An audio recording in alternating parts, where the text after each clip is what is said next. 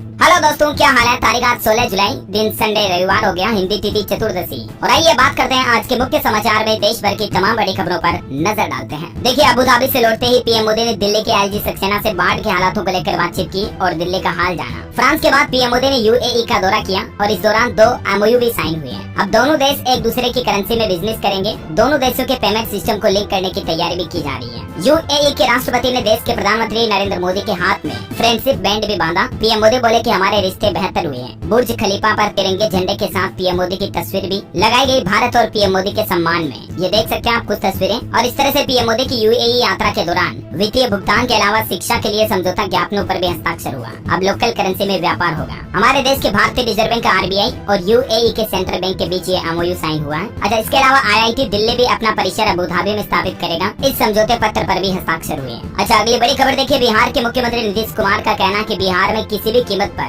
समान नागरिक संहिता कानून यानी कि UCC लागू नहीं होगा। इतने दिन तक बयान देने से बचते रहे मुख्यमंत्री नीतीश कुमार, लेकिन फाइनली उन्होंने कह दिया कि हमारे बिहार में तो ये नहीं लागू करेंगे। यूनिफॉर्म सिविल कोड मसले को लेकर आपको पता होगा देश में काफी दिनों से चर्चा चल रही है और सरकार ने इस कानून पर जनता से भी राय मांगी है। अब तक 60 लाख से ज्यादा सुझाव मिल चुके हैं। AI यानी आर्टिफिशियल इंटेलिजेंस टूल से अब इन सुझावों की छटनी की जाएगी। अच्छा, वही देखिए बड़ी खबर। बैंक ऑफ बड़ौदा की तरफ से शुरू की गई महिला सम्मान बचत योजना 7.5% ब्याज मिलेगा और अब आप बैंक ऑफ बड़ौदा में भी MSSC का खाता खोल सकते हैं। इतने दिन इस योजना के लिए नियम था सिर्फ पोस्ट ऑफिस में इस योजना का खाता खुल सकता था, लेकिन हाल ही में सरकार ने इस नियम में बदलाव किया और अब देश के अलग अलग बैंक लोगों को ये सुविधा देना भी शुरू करते जा रहे हैं। और इसी कड़ी में बैंक ऑफ बड़ौदा ने ये योजना शुरू करने की घोषणा कर दी है। महिलाएं इसमें अधिकतम 2 लाख रुपए तक का निवेश कर सकती हैं। अच्छा, वही देखिए बड़ी खबर। भारतीय नौसेना की ताकत और बढ़ेगी क्योंकि नौसेना के बेड़े में शामिल होंगी 26 नेवी राफेल। फ्रांस से डील को मिली मंजूरी। मणिपुर राज्य में देखिए दोस्तों, हिंसा के चलते 20 जुलाई तक इंटरनेट सेवाओं पर पाबंदी को बढ़ा दिया गया, यानी 20 तारीख तक मणिपुर में इंटरनेट बंद रहेगा। हालांकि इस इंटरनेट प्रतिबंध को हटाने के मामले पर कल 17 जुलाई को सुप्रीम कोर्ट में सुनवाई भी होगी मणिपुर राज्य के मसले में। अच्छा, चंद्रयान 3 को लेकर नया अपडेट आ रहा है। वैज्ञानिक बोले कि 100% सफल रहा पहला चरण। अभी भी हमारा यान बेहतरीन कंडीशन में है। चंद्रयान 3 अपनी अगली कक्षा में पहुंच चुका है, यानी इस मिशन में हमारे चंद्रयान ने एक और सफलता हासिल करते हुए नया पड़ाव पार कर लिया। इसरो ने कहा कि स्पेसक्राफ्ट सही कंडीशन में है। अभी 4 बार और ऑर्बिट बदला जाएगा और अभी ये चंद्रयान 3 पृथ्वी से लगभग 42,000 किलोमीटर ऊपर कक्षा में ऑर्बिट में चक्कर लगा रहा है। इसरो का कहना है कि बिल्कुल तय प्रक्रिया के तहत ही आगे बढ़ रहा हमारा मिशन। वैसे दोस्तों, इसरो को मोदी राज में बूस्टर भी मिला है। अब तक 47 मिशन लॉन्च हुए पीएम मोदी के कार्यकाल में, जबकि मनमोहन सरकार में 24 और वाजपेयी कार्यालय में सिर्फ 6 ही संख्या थी। अब इन आंकड़ों को भी राजनीति से जोड़कर मत देखिएगा, जो फैक्ट है वही मैं आपको बता रहा हूँ। चंद्रयान 3 की लॉन्चिंग पर चीनी अखबार समेत विदेशी मीडिया ने भी बधाई दी। नासा बोला कि हमें रिजल्ट का इंतजार है। पाकिस्तान के पूर्व मंत्री ने भी भारत को शुभकामनाएं दी, है ना। और अगली बड़ी खबर देखिए। देश के अलग अलग शहरी क्षेत्रों में 79 बायोगैस प्लांट को सरकार ने मंजूरी दे दी है। बजट में वित्त मंत्री निर्मला सीतारमण की तरफ से ऐलान किया गया था, तो फाइनली इस योजना को मंजूरी मिल चुकी है। इस योजना के तहत देश भर के अलग अलग राज्यों में अलग अलग जिलों में 13 राज्यों में बायोगैस प्लांट स्थापित किए जाएंगे, जिसमें से सबसे ज्यादा प्लांट पंजाब में लगाए जाएंगे। किन किन राज्यों में कितने प्लांट लगेंगे ये लिस्ट भी आप देख सकते हैं। अच्छा, बड़ी दुख की बात है दोस्तों, कल ही उत्तर प्रदेश के मेरठ में कावड़ यात्रा के दौरान बड़ा भीषण हादसा हो गया। हाई टेंशन लाइन से कावड़ डाक टकरा गई, जिसमें चाचा भतीजा समेत 6 शिव भक्तों की जान चली गई। ये कावड़ लेकर हरिद्वार से आ रहे थे, तभी इनका डीजे हाई टेंशन लाइन से टकरा गया। मरने वालों में 2 सगे भाई भी हैं। ईश्वर इनकी आत्मा को शांति दे, हमारी यही प्रार्थना है। अच्छा, अगली बड़ी खबर आ रही दोस्तों। मुंबई पुलिस ने 30 दिन तक के लिए ड्रोन और अन्य उड़ने वाली वस्तुओं पर पाबंदी लगा दी है। इसको लेकर आदेश भी जारी हो चुका है। अगले 1 महीने तक मुंबई महानगर में ड्रोन, माइक्रोलाइट विमान, पैराग्लाइडिंग, पैरामोटर्स या गर्म हवा के गुब्बारे, इन सभी उड़ने वाली चीजों पर प्रतिबंध लगा दिया है। हालांकि इसके पीछे वजह बताई है प्रशासन ने कि ये एक नियमित आदेश है। अच्छा, वह देखिए बड़ी खबर। चीन रह गया पीछे। भारत ने घुमावदार घाट पर बना दी सबसे चौड़ी सुरंग। इंतजाम ऐसा किया कि दुनिया भी देखती रह गई। दरअसल मुंबई पुणे एक्सप्रेस वे पर बन रही इन टनल्स का 70% काम पूरा हो गया और इनमें से एक टनल की लंबाई 2.25 किलोमीटर और दूसरे की लगभग 9 किलोमीटर लंबाई होगी, जो कि भारत के एडवांस रोड इंफ्रास्ट्रक्चर को दर्शाती है। इतने सालों में ये चीजें सिर्फ डेवलप्ड देशों में ही देखने को मिलती थी, चीन अमेरिका में, लेकिन अब भारत ने भी ये कारनामा कर दिखाया है और ये सुरंग अगले 1 साल में यानी जुलाई 2024 तक बनकर तैयार हो जाएगी। अच्छा, वैसे चीन की चर्चा हो रही है दोस्तों, तो देखिए चीन ने भारत को लेकर कल ही क्या बयान दिया कि भारत चीन एक दूसरे पर शक करने के बजाय एक दूसरे का समर्थन करें। आसियान की बैठक में ड्रैगन बोला दोनों देशों को रिश्ते बेहतर करने की जरूरत है, यानी चीन को अब समय के साथ साथ भारत की अहमियत समझ में आ रही है। अच्छा खबर देखिए, जीएसटी के फैसले के बाद अब पीवीआर आइनॉक्स ने खाने पीने के सामान में 40% तक की कटौती कर दी है। देश भर में 114 शहरों में 1600 से ज्यादा स्क्रीन और सिनेमा हॉल थिएटर में अब आपको मूवी देखते समय कुरकुरे, पॉपकॉर्न, स्नैक्स वगैरह सस्ते मिलेंगे, है ना। और वहीं देखिए बड़ी खबर, पीएम मोदी इसी महीने राजस्थान राज्य का दूसरा दौरा करेंगे। 28 तारीख को नागौर में बड़ी सभा करने जा रहे हैं। जी हाँ, नागौर के खरनाल में आएंगे पीएम मोदी 28 को। और इस संबंध में केंद्रीय मंत्री कैलाश चौधरी ने बैठक की, उनकी तैयारियों का जायजा भी लिया। और ये पीएम मोदी का राजस्थान दौरा आने वाले चुनाव के लिए भी अहम साबित होगा। इस दिन पीएम मोदी गहलोत सरकार की फ्री स्कीम्स की काट भी निकालेंगे और नागौर करनाल में वीर तेजाजी की जन्मस्थली में 28 तारीख को बड़ी सभा करेंगे। जाट वोट बैंक को साधने में है भाजपा। अच्छा पंजाब में देखिए, आंगनबाड़ी के लिए ड्रेस कोड लागू हो चुका है। अब आंगनबाड़ी वर्कर, आशा कार्यकर्ता जो है उनके लिए गुलाबी और आंगनबाड़ी हेल्पर्स के लिए आसमानी रंग की ड्रेस होगी। पंजाब में अभी कुल 27,000 से ज्यादा आंगनबाड़ी है, जिनमें हजारों कर्मचारी हैं। उन सभी के लिए ये नया नियम लागू हो चुका है। जैसे हॉस्पिटल में नर्सों वगैरह के लिए ड्रेस होती है ना, वैसे अब आंगनबाड़ी में भी ड्रेस होगी, है ना। अच्छा स्टॉक मार्केट पर अपडेट आ रहा दोस्तों, अनक्लेम्ड डिविडेंड या डिपॉजिट पर अच्छी खबर है। जल्द ही इंटीग्रेटेड सिस्टम तैयार किया जा रहा है सेबी की तरफ से, जिससे कि कंपनियों के शेयर स्टॉक्स वगैरह में निवेशकों को बड़ा फायदा मिलेगा। अच्छा उत्तर प्रदेश के मुख्यमंत्री योगी आदित्यनाथ सरकार की तरफ से इलेक्ट्रिक व्हीकल पर सब्सिडी देने के लिए ऑनलाइन पोर्टल शुरू किया गया है। जल्द ही इस पर आप ऑनलाइन आवेदन कर पाएंगे। यूपी सरकार प्रदेश में ईवी यानी इलेक्ट्रिक व्हीकल्स को बढ़ावा देने के लिए सब्सिडी की घोषणा भी कर चुकी है। और इसके मुताबिक इलेक्ट्रिक कार खरीदने पर आपको 1 लाख और दोपहिया वाहन खरीदने पर 5,000 रूपए तक की सब्सिडी मिलेगी। हालांकि ये सब्सिडी पहले 2 लाख इलेक्ट्रिक दोपहिया वाहनों पर ही मिलेगी। और भी जानकारी आप देख सकते हैं, है ना। और अगली बड़ी खबर देखिए, भारतीय भाषाओं में फ्री में ऑनलाइन एआई की ट्रेनिंग मिलेगी। सरकार की तरफ से बड़ा ऐलान किया गया। पिछले कुछ दिनों से आपको पता होगा दोस्तों, एआई यानी कि आर्टिफिशियल इंटेलिजेंस काफी चर्चा में है। जब से चैट जीपीटी वगैरह आया, उसके बाद से एआई के क्षेत्र में काफी ज्यादा बढ़ोतरी देखने को मिली इंटरनेट पर। अब देश के युवाओं के लिए भी अच्छी खबर है। हमारे देश में भी सरकार आर्टिफिशियल इंटेलिजेंस को युवाओं तक पहुंचाने के लिए एक नया प्रोग्राम शुरू करने की घोषणा की है। विश्व युवा कौशल दिवस के मौके पर केंद्रीय मंत्री धर्मेंद्र प्रधान ने कहा कि भारत के लिए AI 2.0 फॉर इंडिया कार्यक्रम की शुरुआत की गई है। ये पूरी तरह से फ्री ऑनलाइन सिलेबस है, जिसको आप अलग अलग भाषाओं में लर्निंग कर पाएंगे, ट्रेनिंग ले पाएंगे, मतलब AI की। और सरकार इसके लिए जल्दी अलग से ऑनलाइन पोर्टल भी शुरू करेगी, है ना। अच्छा वैसे योगी सरकार ने अस्पतालों में डॉक्टरों को लेकर भी नया नियम लागू कर दिया। अब एक डॉक्टर 2 से ज्यादा अस्पतालों में अपनी ड्यूटी या सेवा नहीं दे पाएगा। और योगी सरकार के इस आदेश के बाद प्रदेश में प्राइवेट हॉस्पिटलों में मानो खलबली से मच गई। इस संबंध में यूपी सरकार की तरफ से आदेश भी जारी कर दिया है। अब कोई भी डॉक्टर अपनी MBBS की डिग्री का इस्तेमाल 2 अस्पतालों के लिए ही कर सकेगा, 2 से ज्यादा में नहीं। एक में फुल टाइम और दूसरे में पार्ट टाइम। ये मतलब नया नियम लागू हो चुका है ना। अच्छा वही खबर देखिए आप, राम जानकी पथ पर स्थापित होगा दुनिया का सबसे बड़ा शिवलिंग और इसका वजन होगा 2,10,000 किलो। अयोध्या से जनकपुर तक राम जानकी पथ का निर्माण किया जा रहा और इसी पथ पर विराट रामायण मंदिर भी बनाया जा रहा और इसी मंदिर में दुनिया का सबसे बड़ा शिवलिंग स्थापित किया जाएगा। ये बिहार के पूर्वी चंपारण में स्थापित किया जाएगा, है ना। अच्छा वही खबर देखिए दोस्तों, टमाटर के महंगाई के बीच कई किसान भाई लोग टमाटर बेचकर करोड़पति भी बन गए। ये पुणे का एक उदाहरण है। नारायणगंज के रहने वाले किसान तुक्काराम भगोजी ने एक ही महीने में 13,000 क्रेट टमाटर बेचकर 1.5 करोड़ रुपए से ज्यादा की कमाई की। अच्छा हरियाणा राज्य में सरकार की बड़ी घोषणा, मंडियों में अब किसानों और मजदूरों को पूरे साल मिलेगी 10 रुपए में थाली। ऑफ सीजन में भी कैंटीन खुले रहेंगे और मजदूर सिर्फ 10 रुपए में भरपेट भोजन कर पाएंगे। ये मतलब वाकई में हरियाणा सरकार की तरफ से मजदूर कर्मचारियों के लिए बहुत ही अच्छी सुविधा शुरू की गई है। अच्छा इसके अलावा हरियाणा सरकार ने 2 साल बाद अपना फैसला भी बदल दिया। गरीब परिवारों को फिर से मिलेगा हर महीने सरसों का तेल। इस संबंध में भी अधिसूचना जारी हो चुकी है और ये सरकार का फैसला इसी महीने 1 जुलाई से माना जाएगा। हर महीने अब गरीबों को सरसों का तेल भी दिया जाएगा, राशन के साथ में ही 20 रुपए प्रति लीटर के हिसाब से ये फोर्टिफाइड सरसों का तेल देने का निर्णय लिया हरियाणा की मनोहर लाल खट्टर सरकार ने, है ना। अच्छा वहीं बागेश्वर धाम के पंडित धीरेन्द्र कृष्ण शास्त्री आजकल आपको पता होगा यूपी नोएडा में अपनी कथा कर रहे हैं और इस दौरान धीरेन्द्र शास्त्री बोले कि मांग में सिंदूर नहीं, समझो प्लॉट खाली। सिंदूर मंगलसूत्र हो तो समझ जाते हैं कि रजिस्ट्री हो गई। महिलाओं को लेकर बागेश्वर धाम के पंडित धीरेन्द्र शास्त्री ने ये जो बयान दिया कल से चर्चा में है। अच्छा वही खबर देखिए, मुंबई धारावी की झुग्गी बस्तियों को रीडेवलप करेगा अडानी ग्रुप। महाराष्ट्र सरकार ने एशिया की सबसे बड़ी झुग्गी बस्ती को फिर से बनाने के प्रोजेक्ट को मंजूरी दे दी है और ये प्रोजेक्ट अडानी ग्रुप को सौंपा गया है। कंपनी ने इसके लिए 5,069 करोड़ रुपए की बोली भी लगाई है। अच्छा बड़ी खबर देखिए, जम्मू कश्मीर बारामूला में 3 दशक बाद यानी 30 सालों बाद सिनेमा हॉल खुलने जा रहा। जम्मू कश्मीर के एलजी बोले कि हर जिले के निवासियों को जल्दी सिनेमाघर की सुविधा मिलेगी। अनुच्छेद 370 खत्म होने के बाद कश्मीर में सिनेमा संस्कृति का विकास हो रहा है। बाकी इतने दिन धारा 370 लागू थी ना, तो कश्मीर में एक भी सिनेमाघर नहीं था।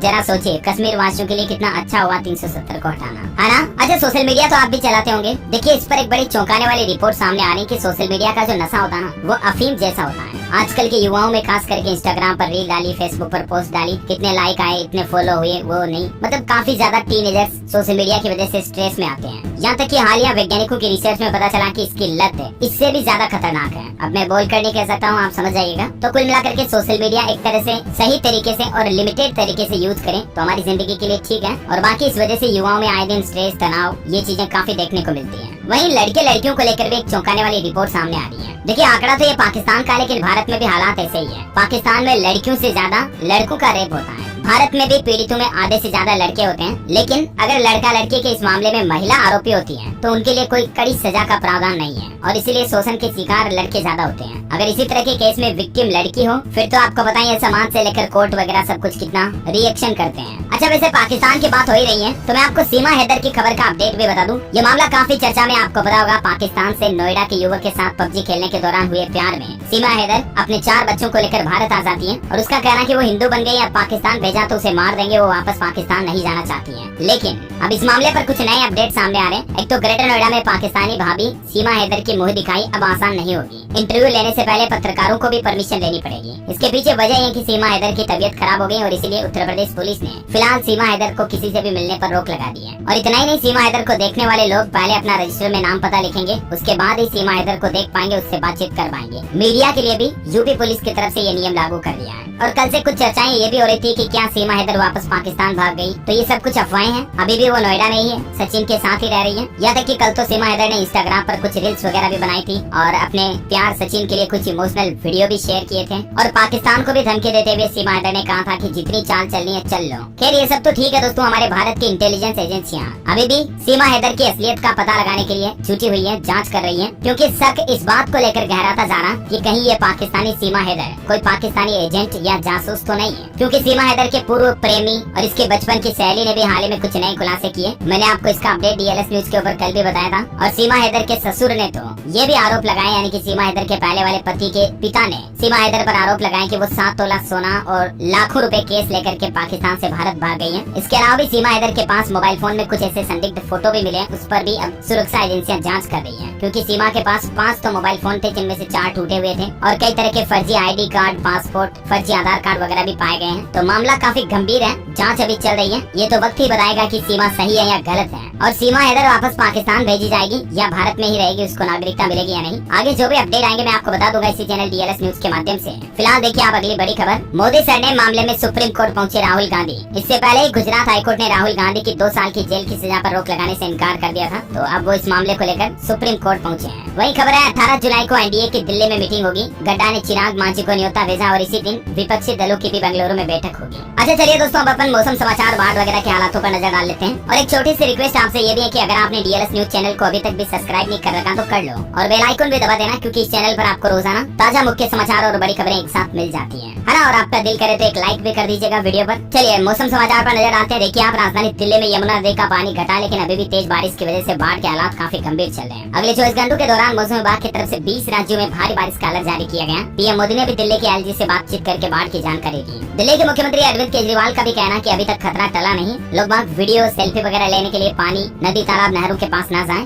दिल्ली वासियों से ये अपील की है। अच्छा पंजाब में भी देखिए आज भी भारी बारिश का अलर्ट है। अब तक 29 लोगों की मौत हो गई पंजाब में, 3 अभी भी लापता है। पटियाला, फिरोजपुर में युवक डूबे, मानसा में बाढ़ का खतरा बढ़ा। हरियाणा में अगले 5 दिन येलो अलर्ट है। दिल्ली आईटीओ बैराज गेट मुद्दे पर मुख्यमंत्री ने रिपोर्ट भी मांगी। एक पलवल में मकान और स्कूल भी गिर गया, आप देख सकते हैं किस तरह से पूरी बिल्डिंग धड़ाम हो गई, जमीजोंद हो गई। तो वहीं हरियाणा के सिरसा और फतेहाबाद में बांध टूटने से भी काफी बाढ़ बढ़ गई। मौसम विभाग का कहना है कि हरियाणा में फिर से छाएगा मानसून। 19 जुलाई तक पूरे प्रदेश में गरज चमक के साथ बारिश की संभावना है। अच्छा मध्य प्रदेश में 5 वेदर सिस्टम सक्रिय होने के चलते 20 जिलों में भारी बारिश की चेतावनी है। मध्य प्रदेश में देखिए बड़वानी में खतरे के निशान से ऊपर बह रही नर्मदा नदी, सागर में सड़कों पर नदी जैसा नजारा देखने को मिल रहा है। तो वहीं सिवनी में एक छात्रा भी नदी में बह गई। उत्तर प्रदेश नोएडा में भी बाढ़ से 67 गाँव के 7,000 से ज्यादा लोग प्रभावित हैं। 3500 लोगों को सुरक्षित स्थानों पर पहुंचाया गया। 5,000 से ज्यादा तो पशुओं को भी रेस्क्यू किया गया। अच्छा वही सरकार ने एक फैसला लिया, हथनी कुंड बैराज के पास एक और बड़ा बांध भी बनाया जाएगा, डैम बनाया जाएगा, जिससे कि हरियाणा समेत कई राज्यों को राहत मिलेगी। हिमाचल प्रदेश में भी 3 दिनों के लिए भारी बारिश का ऑरेंज अलर्ट है। बाढ़ आने की भी चेतावनी हिमाचल में भी। स्काईमेट वेदर की रिपोर्ट के मुताबिक अगले 24 घंटों के दौरान भारत के किन किन राज्यों में बारिश की संभावना है, ये जानकारी भी आप देख सकते हैं स्क्रीन पर, थोड़ा सा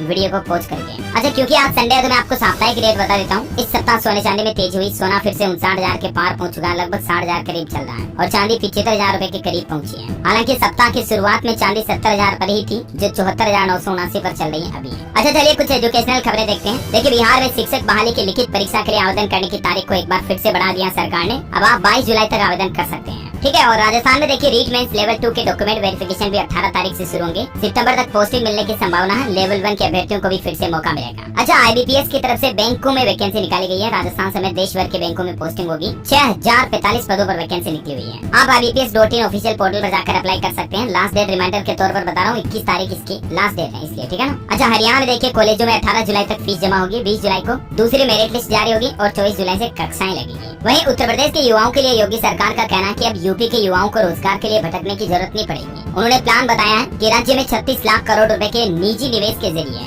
युवाओं को 1 करोड़ नौकरियों का इंतजाम कर रखा है और जल्द ही ये नौकरियां प्राइवेट सेक्टर में जारी हो जाएगी। अच्छा, एजुकेशन के बाद चलिए देश से जुड़ी कुछ और खबरें देखते हैं। देखिए, गल्फ में F-16 लड़ाकू विमान तैनात करेगा अमेरिका। ईरान से जहाजों को बचाना मकसद है। रूस को चुनौती देने सीरिया में होंगे मिलिट्री ऑपरेशन भी। अच्छा, राजस्थान के मुख्यमंत्री अशोक गहलोत सरकार की तरफ से 40 करोड़ की सड़कों का शिलान्यास किया गया। प्रदेश के अलग अलग जिलों में बनाई जाएगी ये सड़कें। नगर परिषद और नगर पालिका क्षेत्रों में 108 सड़कें बनेगी, जिससे कि राजस्थान के लोगों को राहत मिलेगी। अब ये देखिए, मैं आपको कुछ जिलों की डिटेल भी बता देता हूँ। प्रतापगढ़ में भी 105 किलोमीटर लंबी सड़कों का निर्माण होगा। मुख्यमंत्री गहलोत ने वर्चुअली शिलान्यास किया। झालावाड़ में 28 करोड़ रुपए से 38 सड़कें बनाई जाएगी। झुंझुनू में भी 80 करोड़ से 142 किलोमीटर सड़कों को बनाया जाएगा। इसी तरह से दौसा में 85 किलोमीटर लंबी 100 सड़कें बनेगी। राजस्थान के मुख्यमंत्री अशोक गहलोत बोले कि सरकार बन सकती है और बन रही है, इन दोनों में फर्क है। सीएम का कहना कि मेहनत करनी पड़ेगी, मुझे मालूम है हम यहाँ कमजोर हैं। तो ये कुछ राजनीतिक चर्चाएं हुई। और अगली बड़ी खबर देखिए आप, उत्तर प्रदेश के सरकारी स्कूल के मिड डे मील में कीड़े निकले, कई बच्चों की तबीयत बिगड़ गई। जी हाँ, ये मामला है गोरखपुर के कंपोजिट पूर्व माध्यमिक विद्यालय सरिया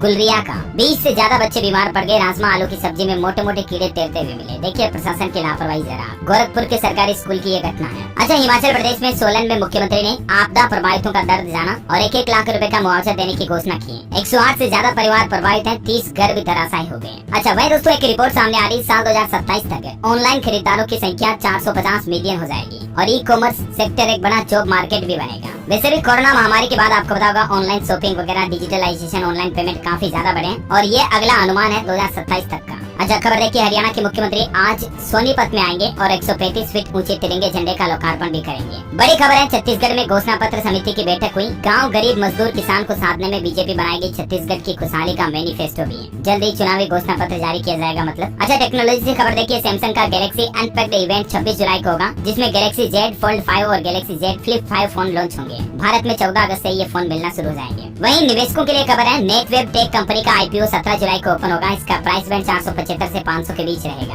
कुछ जानकारी ज्यादा आप देख सकते हैं स्क्रीन पर। अच्छा, रिलायंस का फाइनेंशियल सर्विस बिजनेस भी 20 जुलाई को अलग हो जाएगा, यानी सेपरेट हो जाएगा। रिलायंस कंपनी शेयर होल्डर्स को RIL के 1 शेयर के बदले जियो फाइनेंशियल सर्विसेज के 1-1 शेयर देगी। अच्छा, हाल ही में आपको बता दो दोस्तों, मध्य प्रदेश कूनो नेशनल पार्क वगैरह में चीतों के मरने की काफी खबरें सामने आई। तो चीतों की मौत का कारण उन्हें पहनाए गए रेडियो कॉलर को बताया जा रहा। पशु वैज्ञानिकों ने रिसर्च में पाया कि प्रोजेक्ट में शामिल साउथ अफ्रीका के एक्सपर्ट ने भी यह दावा किया है बैक्टीरिया से सेप्टिसीमिया हुआ और इसी रेडियो कॉलर की वजह कुल मिलाकर के बनी चीतों की मौत का। वहीं ऑटोमोबाइल इंडस्ट्री से खबर देखिए, नई किया सेल्टोस को पहले ही दिन 13,424 बुकिंग मिली। मिड साइज एसयूवी में ADAS के साथ 32 सेफ्टी फीचर्स भी आपको देखने को मिलेंगे। अगस्त में इसकी प्राइस रिवील होगी। अच्छा, ट्विटर कंपनी ने रेवेन्यू शेयर प्रोग्राम तो लॉन्च कर दिया। मैंने आपको 1-2 दिन पहले अपडेट बताया था, लेकिन नया अपडेट ये कि इसमें सिर्फ उन्हीं लोगों को अपने कंटेंट को मोनेटाइज करने की फैसिलिटी मिलेगी जो कि वेरीफाइड कंटेंट क्रिएटर्स हैं, जिनके ब्लू टिक लग रहा है ना, वही ट्विटर के सोशल मीडिया प्लेटफॉर्म से मतलब पैसे कमा पाएंगे अपने ट्वीट के जरिए।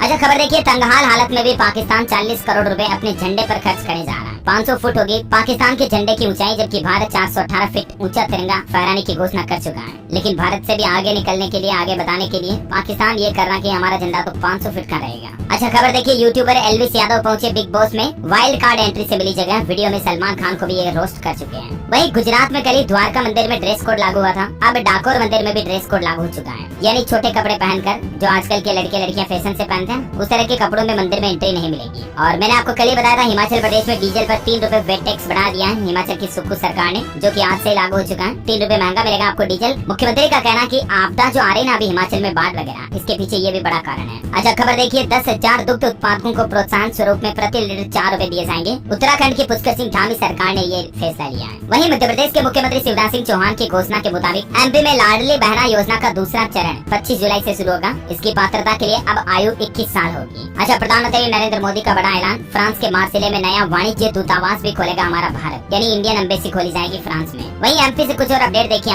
ज्योतिर्लिंग महाकाल मंदिर से 17 जुलाई को निकलेगी महाकाल की दूसरी सवारी। शामू हाथी पर सवार होंगे उज्जैन के राजा। अच्छा, एमपी से एक और बड़ी चौंकाने वाली खबर आ रही, देखिए आप। ऑनलाइन गेमिंग में 20 लाख रुपए हार कर एक युवक क्रिमिनल बन गया पूरी तरह से। चाकू खरीदा, गड्ढे खुदवाए और कितनी घिनौनी घटना को अंजाम दिया, देखिए जरा आप। दृश्यम फिल्म से आइडिया लेते हुए इसने इस तरह का कारनामा किया है। ऑनलाइन गेमिंग में 20 लाख रुपए हारने के बाद हर किसी को विश्वास नहीं होता। ये शक्ल देखिए जरा, आपको शक्ल देखकर लगता है कि शक्ल के पीछे इतनी दरिंदगी भरी हो सकती है। इसीलिए जिंदगी में हमेशा सावधान रहें, ऐसे बहरूपियों से बचकर रहें। अच्छा, आज के राशिफल पर नजर डालते हैं। सिंह राशि वालों की इनकम बेहतर होगी। वृश्चिक राशि के लोगों को बिजनेस में रुका काम शुरू करने से तरक्की भी मिल सकती है और परिवार की वजह से वृषभ राशि के लोगों का खर्च वगैरह बढ़ सकता है। कुंभ राशि के लोगों के लिए सलाह है, जरा सोच समझ करके सही विकल्प चुने, सही निर्णय लें, है ना। और दोस्तों आप मुझे कमेंट करके बताइए कि भारत के राष्ट्रीय गीत वंदे मातरम को सर्वप्रथम कांग्रेस के किस अधिवेशन में गाया गया। 4 ऑप्शन देता हूँ आपको। 1885 में, 1896 में, 1931 या 1942 में। ABCD which is right option, let me know in the comment box. सही जवाब देने वाले लोगों को रैंडमली सेलेक्ट होने पर हमारी DLS न्यूज टीम की तरफ से एक शानदार सरप्राइज गिफ्ट जीतने का मौका मिलेगा। और इसी के साथ ही अगर आपको वीडियो अच्छा लगा तो इसे लाइक करना, शेयर भी करना अपने दोस्तों के साथ फेसबुक और व्हाट्सएप पर। DLS न्यूज चैनल को सब्सक्राइब करके बेल आइकन जरूर दबा देना, ताकि आप ऐसे ही मुख्य समाचार काम के न्यूज अपडेट से वाकिफ रह पाएंगे। मिलेंगे अगले नेक्स्ट अपडेट में, तब तक के लिए जय हिंद, जय भारत, वंदे मातरम।